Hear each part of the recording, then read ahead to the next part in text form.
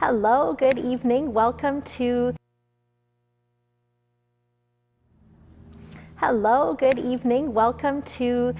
Supper for the Soul here at Northminster United Church. It is good to be with you all tonight.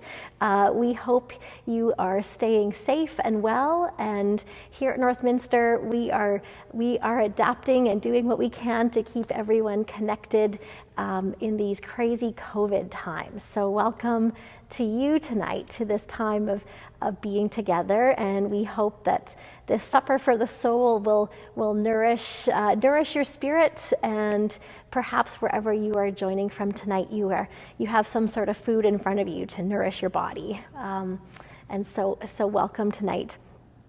We are at Northminster so grateful for the partnerships we have with different communities in our area and throughout the city. We often partner with groups like the Alex and North Central Community Resource Center, the City of Calgary, the Aboriginal Friendship Center.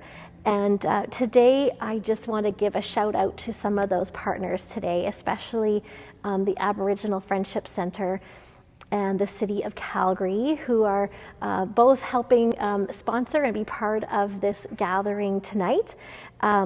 We have two great social workers in our communities that we work with, Jennifer DeMarzo from Highland Park and Tanis Apin from Thorncliffe Greenview are both city social workers who do so much to add quality of life in our area or add to the quality of life in our area and to support our communities. And thank you to both of you. We are so happy we can work with you on a number of things to better our communities.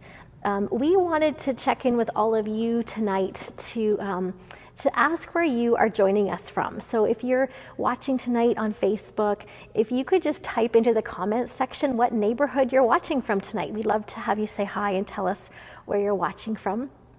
And if you can let us know, that's fun. We'd love to see where you're joining from tonight. So just type in your neighborhood into the comment section. One of the things we've been partnering a lot with with the city and with Jennifer and Tanis is on programs around truth and reconciliation. And these are some events that maybe you've been part of when we could still do in-person events, or maybe you've been to some of our online events over the summer. So please let us know, or Jennifer and Tanis know, reach out to them actually if you have any questions or concerns. But we'd love to hear from you if you have any ideas for future events around TRC or around other ways that we can partner together in the community. So be sure to let us know if you have any ideas. We'd love to hear them. We always as well like to begin our worship times and our gatherings with a moment of gratitude, land acknowledgement, giving thanks that we live and work and worship and play on Treaty 7 land. And it is with deep gratitude that we give thanks for the stewards of this land who have cared for this land for generations before us. I wanted to also open tonight with a prayer to begin our time. And this prayer is written by Sylvia Purdy, and she comes from New Zealand. And it's called Hush, Take a Moment. So maybe we can just do that, we just take a deep breath and pause and give thanks and focus our hearts and minds on this time together. She says, hush, take a moment. Listen to the silence. Breathe in the quiet, waiting still with reverence. Deep in the emptiness, we will find our fullness, hearing the voice of God. Hush, take a moment. Listen to the crying. People are weary, lonely, hungry, fighting, longing for healing. We will know true feeling, hearing the voice of God. Hush, take a moment. Listen to the laughter, play in the sunshine, celebrate each other. Fun bubbling freely, we will live more joyfully, hearing the voice of God. Hush, take a moment. Listen to the singing. Hearts leap with joy as we sing your praises, love never ceasing, all to you releasing, hearing the voice of God. Amen. So it wouldn't be Supper for the Soul without a recipe, would it? Chef Craig, who's part of our congregation, and Stephen Jobin, also part of our church family here at Northminster, have prepared a recipe for Indian tacos to share with you. The recipe's also been part of our emails and online, so be sure to follow along or save it for a future meal, but take a minute now and watch this video, and we'll be back shortly. See you in a few.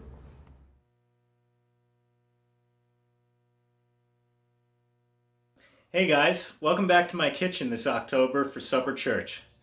I was asked by Stephen this month if you can help cook a meal with us, and on the menu we have Bannock and chili. Sounds delish. So tonight I will be cooking along as Stephen prepares this meal from the kitchen at Northminster. Hope you guys enjoy. Hi everybody, it's Stephen Jobin here, proud member of the United Church here on Center Street. If you can't notice, it's me because I'm wearing a mask, but today I am going to be teaching you how to make Indian tacos.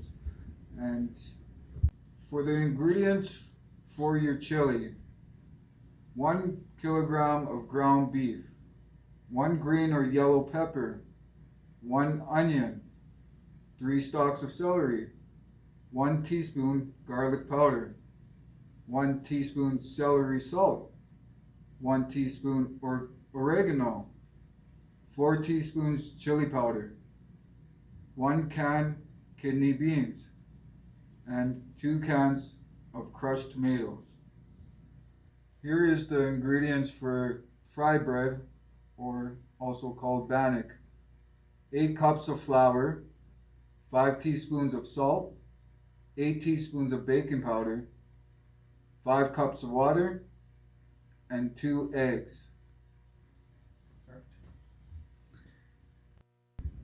The first step we'll be doing is to bring the pan to a medium heat, so it's nice and warm just before you get your meat on. And then what we do here is we grab our ground beef and we throw that on. Hear that sizzle. Oh, first off, I messed up. You're supposed to put your oil in first. Now, once you got your meat in, you have to put in all your ingredients. So we have garlic powder, we have celery, we have oregano, and you want to use half of the chili powder, what is on the ingredients list.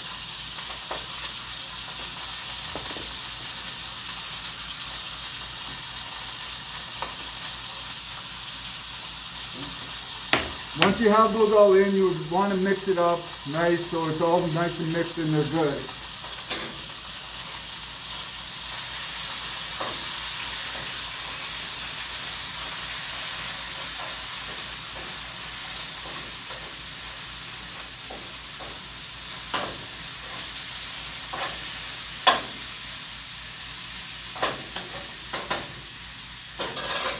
Once there's a nice mix, you would want to put in your kidney beans, and then you would want to put the lid on for 5 minutes until it's halfway cooked.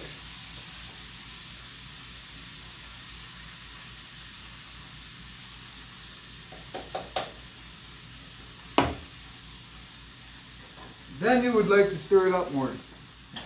With 5 minutes to wait for our celery to cook down, why don't we look at the history of bannock bread?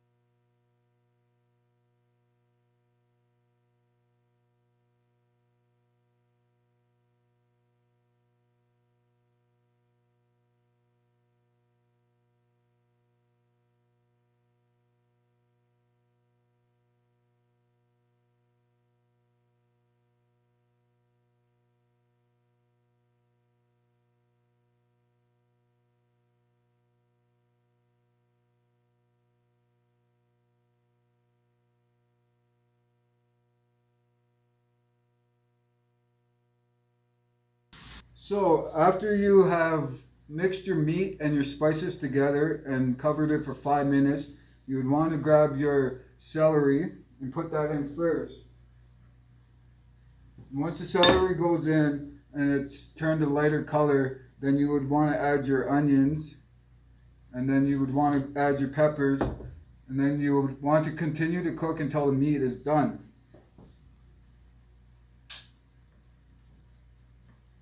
Hey guys, while we wait for the meat to finish cooking, why don't we hear a children's story about fried bread? Fry Bread, a Native American family story, written by Kevin Noble Maylard and illustrated by Juana Martinez Neal.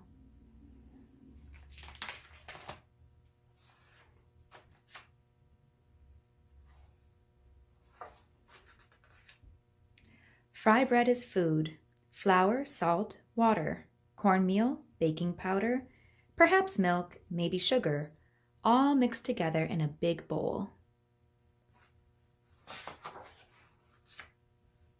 Fry bread is shape. Hands mold the dough flat like a pancake, round like a ball, or puffy like Nana's softest pillow. Fry bread is sound. The skillet clangs on the stove, the fire blazes from below. Drop the dough in the skillet, the bubbles sizzle and pop.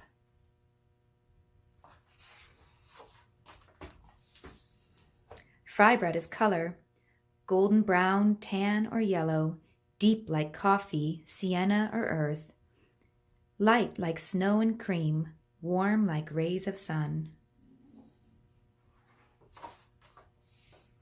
Fry bread is flavor: sea beans or soup, smell tacos, cheese, and vegetables, delight in honey and jam, rise to discover what brings us together.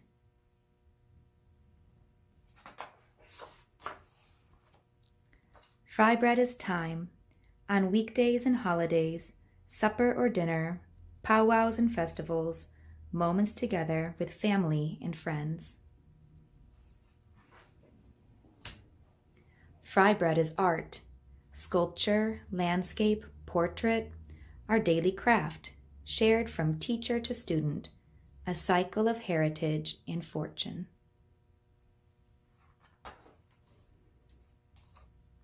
Fry bread is history: the long walk, the stolen land, strangers in our own world.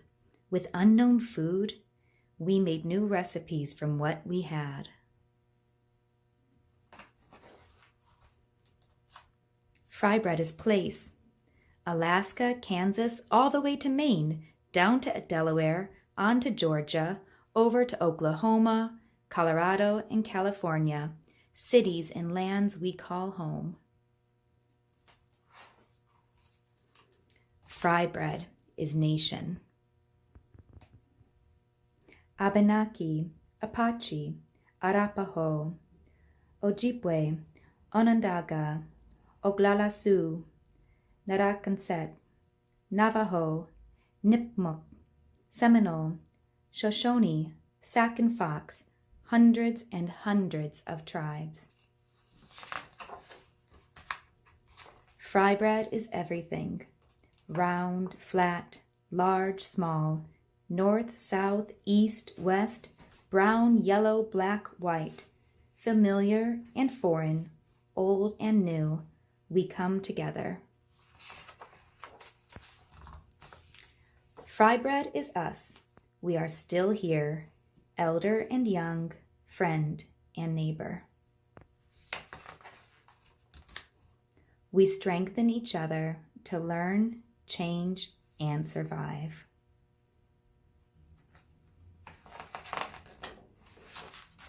Fry bread is you. So now that your meat is done and cooked, you pull it off the oven, the cooked portion, and what you want to do is start to put it in a tin pan. Once you have it in the tin pan, you would want to start to mix all your other ingredients, the rest of your ingredients that are left over, which will be the rest of your kidney beans, some more chili powder, and your crushed tomatoes. Once you have that all in, you mix it together, cover it up, and put it into the oven.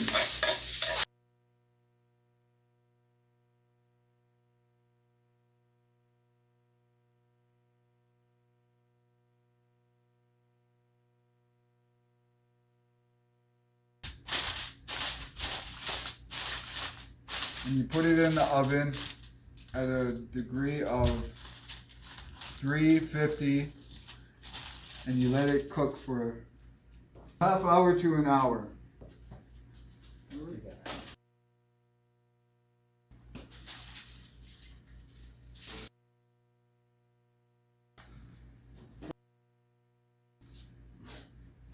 Looks great, Stephen. Let's let that cook, and we'll see you guys in about 20 minutes. All right, see you then. Bye. So I am joined here tonight by Ernie Poundmaker, and welcome, Ernie. It's so good to have you with us tonight. Ernie is the coordinator for language and culture at the Aboriginal Friendship Center. And just in the spirit of this season and this year, we've invited Ernie to share some thoughts and insights with us this evening. So thanks again, Ernie. So tell us, just start with a bit of background about yourself. Oh, okay. First of all, I'd just like to say that I'm very pleased to be here. Thank you.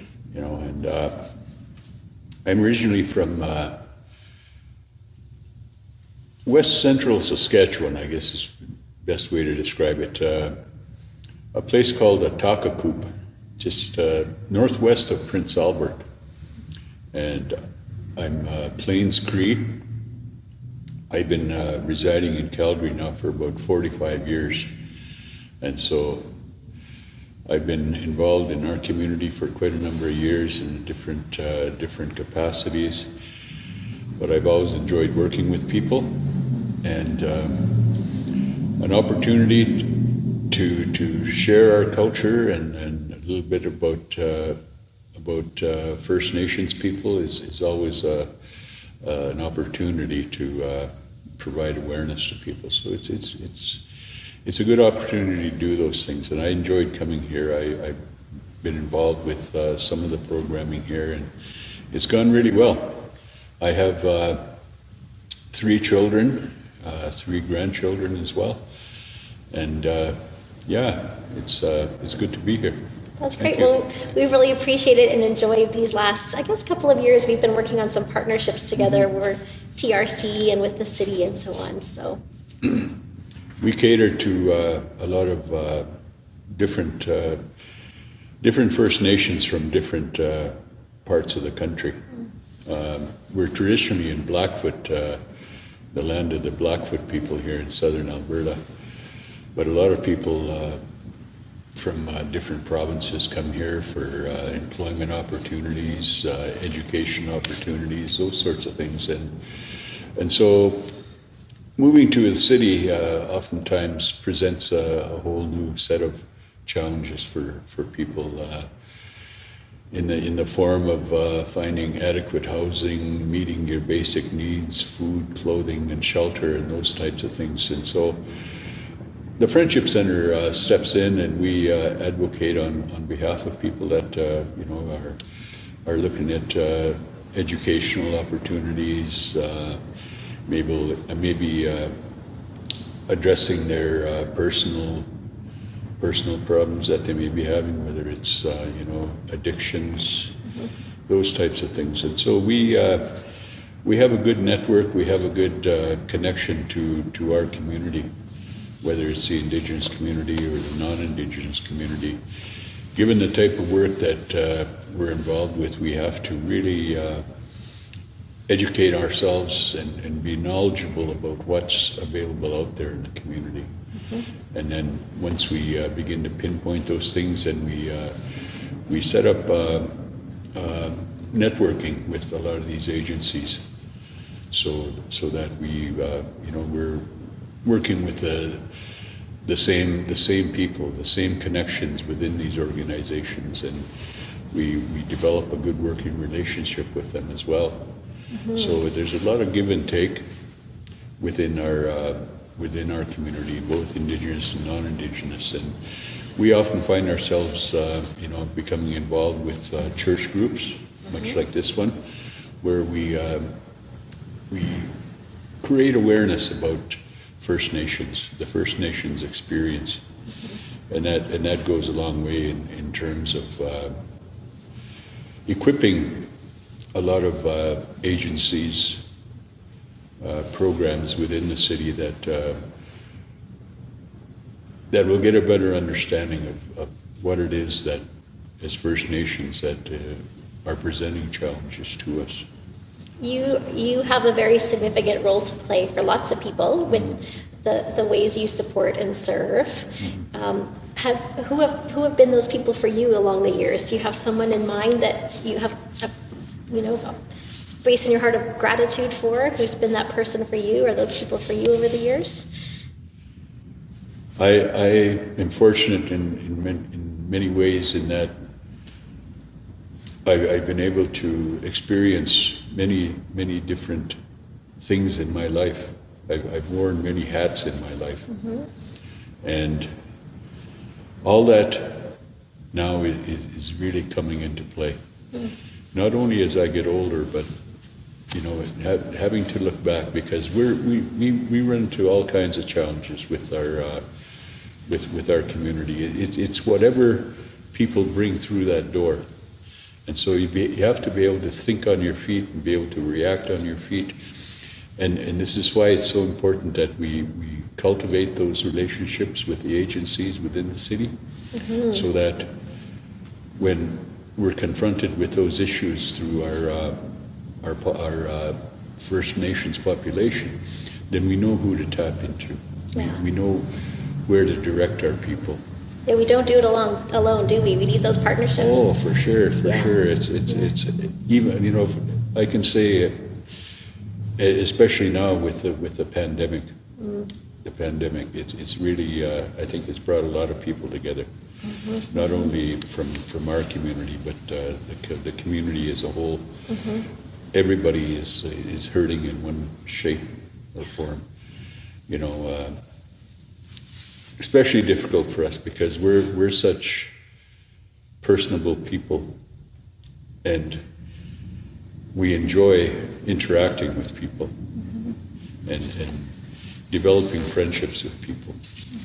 And there's people that I've encountered. I've been with Friendship Centers now for about 40 years, off and on. I've always gone off and done other things, but I've always come back to the Friendship Center because I like the spirit of the place. I like the focus that they have, and of course the direction that they're going, and more importantly, the things that they do for people. And I've always believed that we were given gifts. Creator or God, however it is that we see a higher power, seen something in us to direct us to work in this line, to work in this field.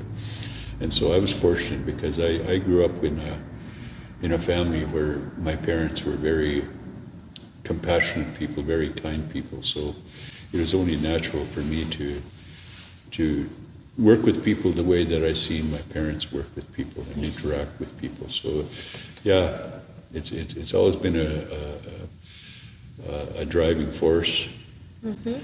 And I've seen a lot of my friends that I call them friends now. They started off as a client counselor type relationship, and we cultivated it and developed it over the years. Now we're friends, and I've seen them come from the very depths and to elevate themselves to a point where they're living really good, clean, healthy lives now, very productive lives. They've gone on to raise families, and do some really good things, whether it's in addictions or whether it's in the helping field as well. What's it like for you to see those successes? How does that feel for you? It's very, very heartwarming, very heartwarming. I work with a group of people now, and I can say young people because I'm probably one of the older members on staff, but I see these young people very committed very committed to what they're doing, and you can sense that that caring that they have for people, and it just gives you a nice warm feeling to know that you're surrounded by some really solid people. Can you talk a little bit about gratitude or giving thanks? Is there a story you can share or perspective, First Nations perspective? Since we're in the October, we're often talking about Thanksgiving, but I think gratitude is something we can live throughout the year, or gratefulness. Yeah, tell us about that. We have in our communities, we have Thanksgiving ceremonies attached to pretty much everything that we do. To show our gratitude, we organized what's called a Thanksgiving ceremony, thanking God, Creator, for interceding on behalf of our relative that was quite ill at that time, and restoring her to a level of health where she could function, where she could go back to work and be with her family, her grandchildren, things like that. And so what was required of us is that we put on a big feast, and that we have a giveaway. We have a giveaway to show our appreciation to all those people that supported us through this time, through the ceremonies, because ceremonies took there was 4 ceremonies we had to have for our relative. And so this was our way of showing our gratitude, not only to the higher power, but also to the people that in our community that supported us during that time. And so how we show gratitude is through bringing people together, and we ensure that they're fed. And then we give them a gift as a token of our appreciation for their support. And so this is something that applies not only for healing and doctoring ceremonies, but when we recognize, say, one of our children completes a program, whether they graduate from high school or complete a training program, we'll always, at the completion of that, we'll always invite friends and relatives to come into the home. And there again, we make sure that they're fed. And then we have a small little giveaway like that to give thanks to our people, but also to give thanks as well to our higher power for helping that individual through these hard times to be able to achieve the goals that they had set out for themselves. So Thanksgiving is a very integral part of what we do. It's been a part of our culture for as far back as I can remember. As a young child, I know being a part of ceremonies, whether it's Sundance, traveling with, like I said, my parents and my grandparents. And we would travel over into the next community to take part in their annual Sundance ceremony. And it's a 4-day ceremony. And then at the completion of that 4 days, the community again will share.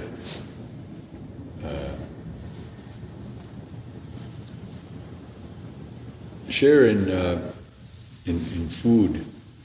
We'll share with gifting, with clothes, and we always had food to take with us when we left these ceremonies, and it was deeply appreciated. And it's something that was so ingrained in us from a young age that it almost became automatic, and we still do this, even when we get visitors. We get visitors from out of town that will come and just to visit you for the day or a few days, whatever. You show your appreciation to them, with a gift of maybe a blanket or maybe some food to take with them, to ensure that they have a good journey back to their home communities. So I see a lot of young people carrying on that practice of Thanksgiving in that sense. And these are young kids that we're brought up with the culture, brought up around ceremony, practicing our First Nations culture, and this is a part of it. This is all a part of it. Was the part that we say thank you, thank you.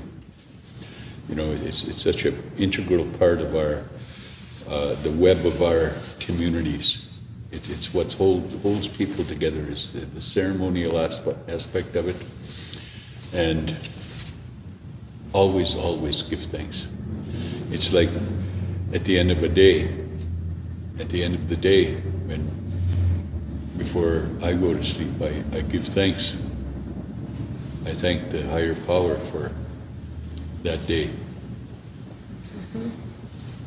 I take my day apart and I look at myself as to how I could maybe have done things different, you know, and then give thanks. First of all, to give thanks. In the mornings when we awaken, we will light up our smudge, and we'll ask for that strength again. We'll ask for that kindness. You know, we smudge. When we smudge that smoke, we smudge our heads, and that's for a strong mind, a good mind to this day. We smudge our eyes to only see the goodness that's out there, and we smudge our ears to hear the good things, to look beyond what many perceive as negative. But we ask that we hear and find the good message in something, however negative that may be. And of course we smudge our mouths so that the words that come out of here are going to be kind and compassionate, and is going to maybe motivate somebody. And of course our heart, smudge our heart too, so that when we speak and when we do things, to make sure it's coming from the heart. You know, then we smudge our body to ensure that this vehicle is going to carry us through that day in a good way. So there's all many different ways that we show our appreciation. We show our thanks, and one way is smudging at the end of the day, smudging at the start of the day, giving thanks for that day. Give thanks to the sun again for giving us that life, because we believe that the sun is the life force that drives everything. And so we give thanks.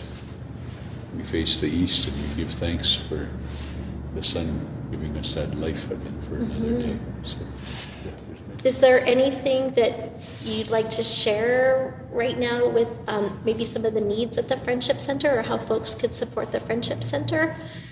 We supply, that is the best we can, you know, clothing for our homeless population.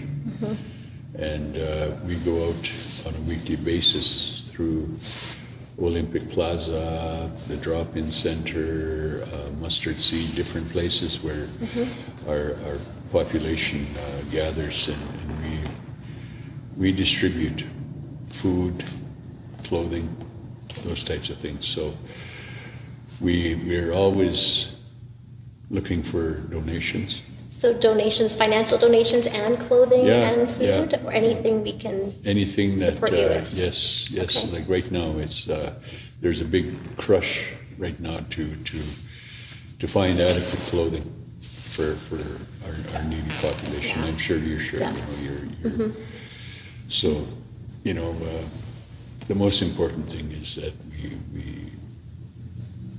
we're healthy, we're strong, but there's a lot of people in our community that can't say that. Yeah. And through, you know, maybe disabilities, maybe through their addictions, whatever the case may be, we still have to step forward and make those things available to them. And we're capable of doing that. We can do that. All of us can do that. Our community can do that. But we just have to come from a compassionate place, come from a good place, and those things will happen. You know, so I enjoy working with agencies and creating those good, healthy, happy working relationships with the community. Because, we're all in this together, regardless of where we come from, regardless of what language we may speak, regardless of our skin color. We all have to learn how to get along in this world and to be able to help those that are not as fortunate as we are. And giving from that place of gratitude, right? Yes, What we have, what we can then share, Oh, share forward. for sure, yeah. Yes. Thank you again, Ernie, so much for being here today. Oh, thank you. We really appreciate your insights and all you do for our community and those especially are most vulnerable right now. Good. Yeah. Thank you. Thank you.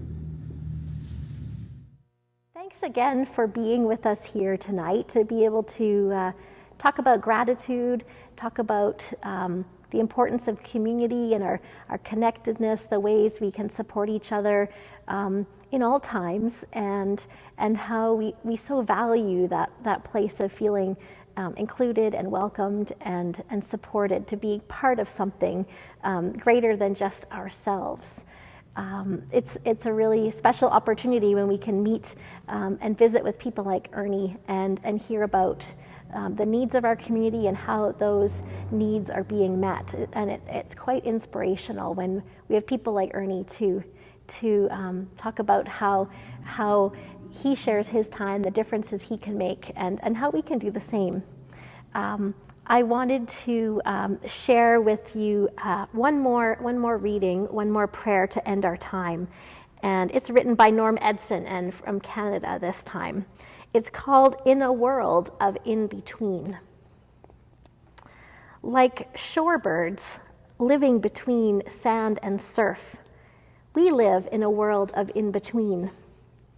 Between punching the clock and smelling the roses, serving others and renewing ourselves, hanging between hanging on and letting go, sticking with the old and rising with the new, between speaking truth and sparing feelings, seeking justice and avoiding division, between the economy and the environment, the loony and the loon, between computer bite and human touch, avoiding harassment and needing a hug, between who we are and what others think we should be, who we are and who we may become.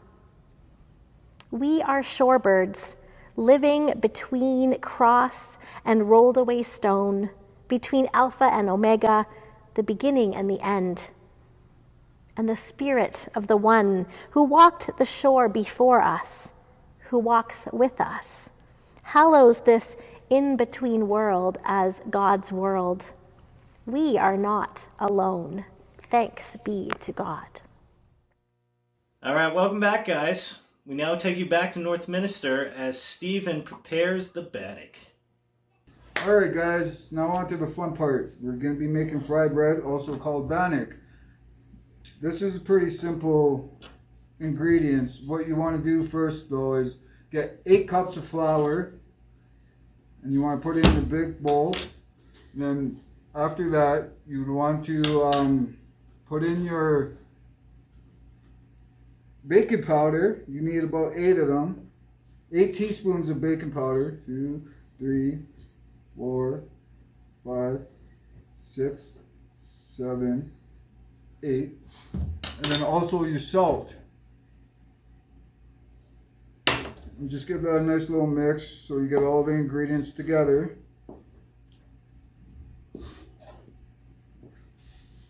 Once you have that mixed together, you would want to grab your water. About 8 cups of water you want to put in. Get an egg. Put 1 egg in. And another egg. And you would want to put that all in and whisk it. You got to get all the yolk all mixed in with the water.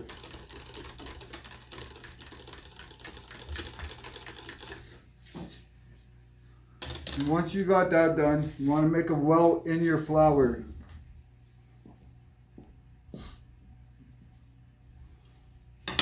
So in the middle of the bowl, you want to make a well like that, straight in the middle.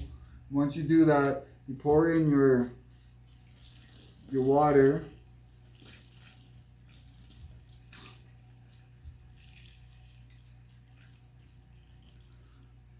Once you got that going, you want to mix it all in. Yep. So once you had all your mixtures into the Bannock portion, into the bowl, you want to put a little bit of flour down on the bottom there and put all your dough mix right there on top of it. And you just want to start forming as much as you can. And once you get that going, you can make in between 20 to 25 balls out of this batch. And then you can use a rolling pin if you like, but you start to shape them out into little circles. It gets really gooey. So now once you got all your dough and everything ready and your balls flattened out into your Bannock sizes, we're going to start the frying portion.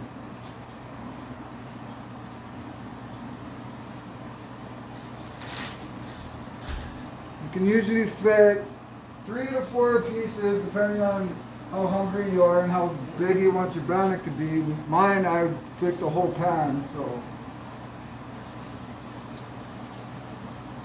You would want to have these Bannocks cooking until they're golden brown.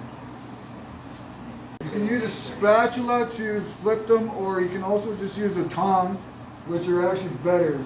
So you can grab the Bannock easily and flip them. And start the frying portion. All you have to do is just look at the bottom of them. Once they're golden brown, you can flip them right over. It doesn't take long at all.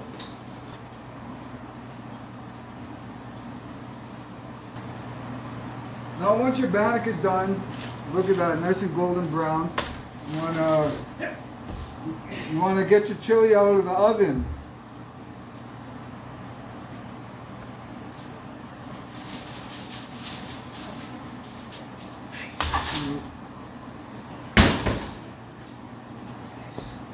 And unwrap it. And this is your end product of your chili. Doesn't that smell good? Once you're done cooking, you'll smell it too. And you know, as for tacos go, Indian tacos, you can use the same toppings as any kind of taco you eat with. You can use sour cream, salsa, even cut up some chives and put it on top. And I'm telling you, you will enjoy this taco. It'll probably be one of your favorite tacos that you've ever tried. And you know, here, thank you for sharing your time with me and learning about Indian tacos. And I want to thank Craig and Northminster for putting this on. Thank you. Hey guys, let's thank Steve for taking the time to show us how to make Bannock bread tonight. I hope everyone had a great time, and we'll see you again next month. Bye! Thank you again for watching with us tonight. Once again, we'd love to hear what neighborhood you're from, where you're watching from this evening. So please do type hello and where you're watching from into the comments section so we can just get an idea of who all is with us tonight and whereabouts. Thanks again to Jennifer DeMarzo and Tanis Apin for all you do in Thorncliffe, Greenview, and Highland Park. And if you have any questions or in need of anything, we can help you get in touch with them if you have any ideas about future events.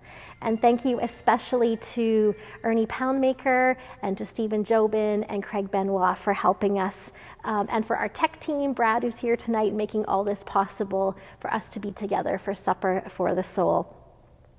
We're going to end now with a song to go out, a song that indeed celebrates community and that we are not alone. Lean on me. Bye for now. See you next time.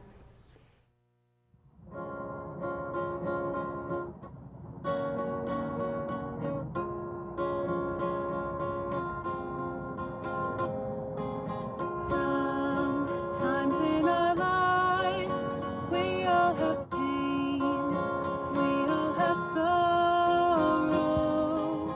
But if we are wise,